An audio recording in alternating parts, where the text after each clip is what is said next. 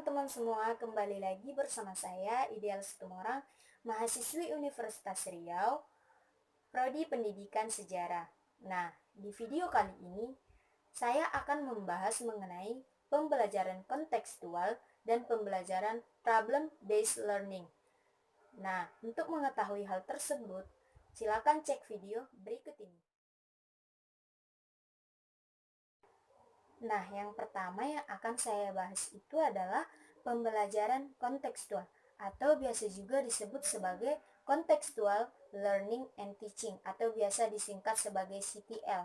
Nah, yang pertama yang harus kita ketahui adalah apa itu pembelajaran kontekstual ini, yaitu di mana pembelajaran kontekstual itu adalah konsep belajar yang membantu guru mengaitkan antara materi yang diajarkannya dengan situasi dunia nyata siswa tersebut, yaitu di mana untuk mendorong siswa membuat hubungan pengetahuan yang dimilikinya dengan penerapan di kehidupan sehari-hari, atau kita bisa mengatakan bahwa pembelajaran kontekstual ini di mana guru menjelaskan suatu materi namun memberikan contoh yang nyata, contoh yang ada dalam lingkungan siswa tersebut, sehingga siswa tersebut mudah untuk mengerti materi apa yang diberikan oleh guru tersebut. Nah, setelah kita mengetahui pengertian dari pembelajaran kontekstual ini, kita juga harus mengetahui apa sih tujuan dari pembelajaran ini. Kenapa pembelajaran kontekstual ini sering diterapkan di sekolah? Nah, tujuan dari pembelajaran kontekstual ini adalah membantu para siswa untuk menemukan cara yang tepat untuk mengaitkan makna dari materi akademik yang mereka pelajari dengan menghubungkannya dengan kehidupan mereka, baik itu kehidupan pribadi mereka ataupun sosial mereka dan juga budaya yang mereka terapkan. Pembelajaran kontekstual ini juga memiliki beberapa karakteristik, yaitu ada 5 karakteristik dari pembelajaran kontekstual ini. Yang pertama adalah yaitu melakukan hubungan yang bermakna, di mana ada hubungan yang bermakna antara yang dia pelajari itu dengan apa yang akan diterapkannya dalam kehidupannya sehari-hari, dan itu memiliki makna yang tepat untuk siswa tersebut. Yang kedua itu adalah melakukan kegiatan yang signifikan.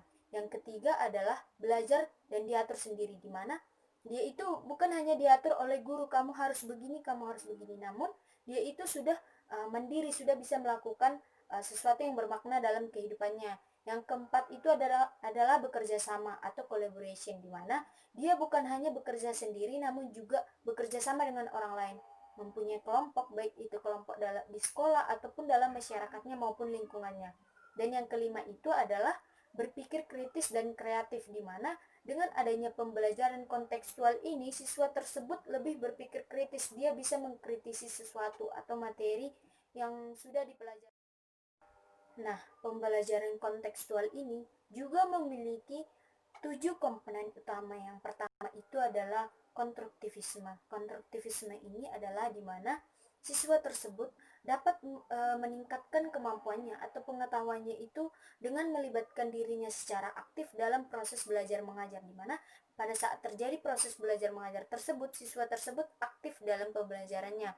Yang kedua itu adalah inquiry.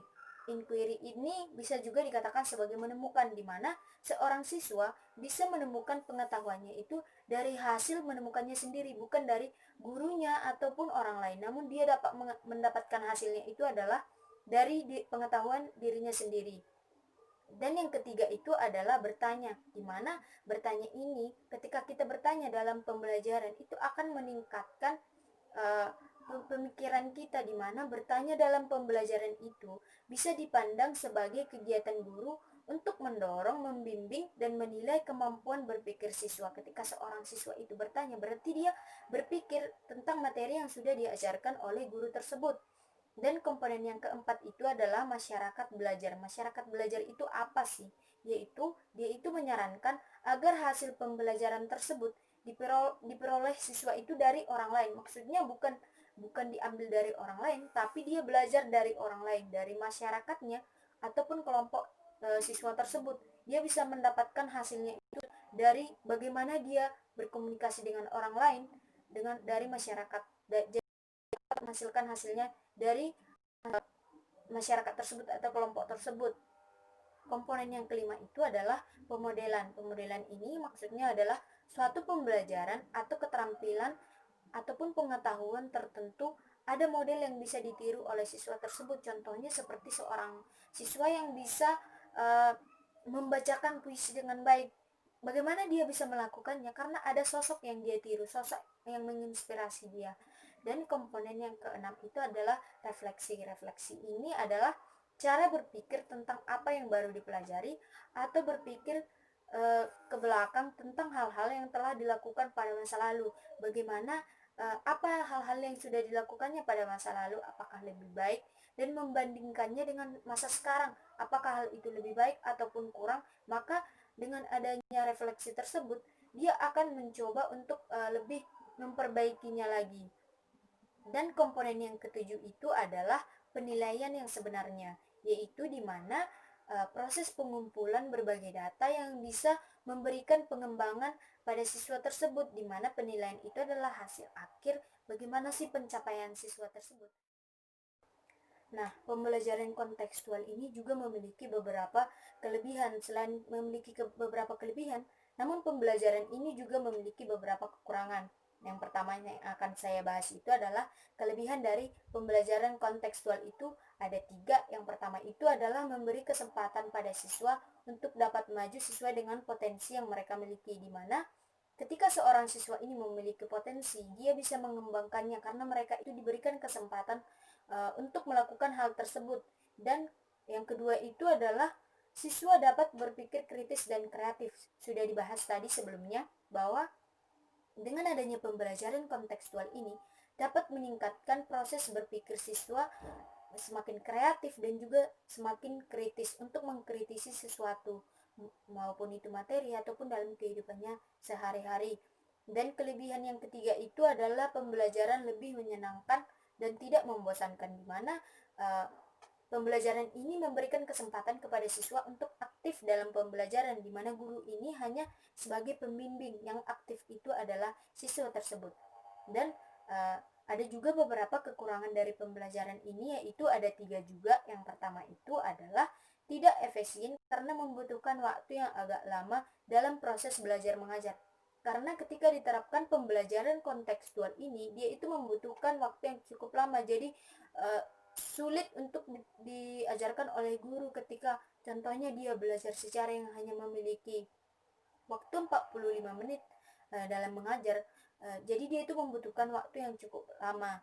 Dan kekurangan yang kedua itu adalah pengetahuan yang didapat oleh setiap siswa akan berbeda-beda dan tidak merata, di mana kita tahu bahwa pengetahuan siswa itu berbeda, kepribadian mereka berbeda, lingkungan mereka juga berbeda, atau potensi yang mereka miliki juga berbeda. Maka dengan adanya hal tersebut, maka pengetahuan yang didapat itu yang didapat dari guru tersebut atau dari diterapkannya pembelajaran kontekstual ini akan sangat berbeda tingkatannya. Dan kekurangan yang ketiga itu adalah peran guru tidak terlalu penting, di mana guru ini hanya pengarah dan pembimbing, di mana siswa itu yang harus aktif. Siswa yang harus aktif dalam pembelajaran ini. Jadi guru pada saat menerapkan model pembelajaran ini, guru itu tidak. Nah, pembelajaran kedua yang akan kita bahas itu adalah pembelajaran problem based learning atau biasa disebut sebagai model pembelajaran pemecahan masalah, di mana untuk mengetahui hal tersebut, kita harus mengetahui dulu pengertian dari pembelajaran ini, di mana pembelajaran problem based learning adalah model pembelajaran yang mempersiapkan siswa untuk berpikir kritis dan analitis, serta mencari dan menggunakan sumber pembelajaran yang sesuai guna menghadapi suatu problem yang ada, di mana dengan diterapkannya pembelajaran ini, siswa tersebut dapat memecahkan permasalahan yang sedang dia hadapi. Tujuan diterapkannya pembelajaran problem based learning ini adalah untuk membantu siswa dapat memecahkan sebuah problem atau masalah dan menghadapi tantangan yang akan terjadi dalam kehidupan sehari-harinya, di mana dia itu dapat membantu siswa untuk memecahkan permasalahannya, dan juga dalam kehidupannya sehari-hari tantangan yang dihadapi oleh siswa tersebut dia dapat melakukannya atau memecahkannya dengan baik. Selain tujuan tersebut, pembelajaran Problem based learning ini juga memiliki 5 karakteristik. Yang pertama itu adalah pengajuan pertanyaan atau masalah. Yang kedua itu adalah berfokus pada keterkaitan antar disiplin. Dan karakteristik yang ketiga itu adalah penyelidikan autentik dalam model pembelajaran problem based learning. Maksud autentik ini adalah asli, di mana itu melakukan penyelidikan itu asli atau benar-benar dapat dipercaya. Dan karakteristik yang keempat itu adalah menghasilkan produk dan memamerkannya. Produk yang dimaksud di sini adalah seperti laporan, model fisik, video maupun program komputer. Dan yang terakhir adalah melatih kolaborasi dan kerjasama. Dengan diterapkannya pembelajaran problem based learning ini, maka dapat mengajarkan siswa bagaimana bekerja sama dengan. Selain karakteristik tersebut, pembelajaran problem based learning ini juga memiliki beberapa kelebihan dan juga kekurangan. Yang pertama yang akan saya bahas itu adalah kelebihan dari pembelajaran problem based learning ini ada 3. Yang pertama itu adalah pemecahan masalah yang digunakan untuk memahami isi pengajaran. Dengan adanya pemecahan masalah tersebut, maka siswa tersebut dapat mengetahui makna atau isi dari pelajaran tersebut. Kelebihan yang kedua itu adalah menantang kemampuan siswa dan untuk menemukan pengetahuan yang baru. Dengan diterapkannya pembelajaran ini, maka akan meningkatkan pengetahuan siswa tersebut atau meningkatkan wawasan yang semakin luas. Yang ketiga itu adalah pemecahan masalah menjadikan aktivitas pembelajaran siswa itu lebih meningkat. Dengan adanya penerapan pembelajaran ini, maka siswa tersebut akan lebih aktif dan sehingga dapat meningkatkan pemikiran siswa tersebut. Nah, selain kelebihan itu, pembelajaran ini juga memiliki beberapa kekurangan. Ada 3 juga. Yang pertama itu adalah siswa tidak memiliki minat atau tidak memiliki kepercayaan bahwa masalah tersebut bisa dipecahkan, di mana tidak adanya kepercayaan diri dari siswa tersebut. Dia merasa bahwa dia tidak akan bisa memecahkan masalah tersebut. Itu termasuk kekurangan dari pembelajaran ini. Kekurangan yang kedua itu adalah waktu yang dibutuhkan untuk melakukan persiapan cukup lama. Ketika diterapkannya model pembelajaran ini, dia itu membutuhkan waktu yang cukup lama. Jadi sulit untuk diterapkan pada saat guru mengajarkan dengan waktu yang begitu sempit. Dan kekurangan yang ketiga itu adalah jika tidak diberikan pemahaman dan alasan yang tepat, kenapa mereka harus berupaya untuk memecahkan masalah yang sedang dipelajari, maka mereka tidak akan belajar apa yang mereka ingin pelajari. Jadi seorang guru itu harus memberikan alasan mengapa mereka harus memecahkan masalah tersebut. Nah, kita sudah membahas mengenai pembelajaran kontekstual dan juga pembelajaran problem based learning. Maka saya berharap dengan adanya video ini dapat memberikan manfaat kepada teman-teman sekalian untuk lebih memahami dan mengerti apa itu pembelajaran kontekstual dan apa itu pembelajaran problem based learning. Jadi, saya ucapkan terima kasih.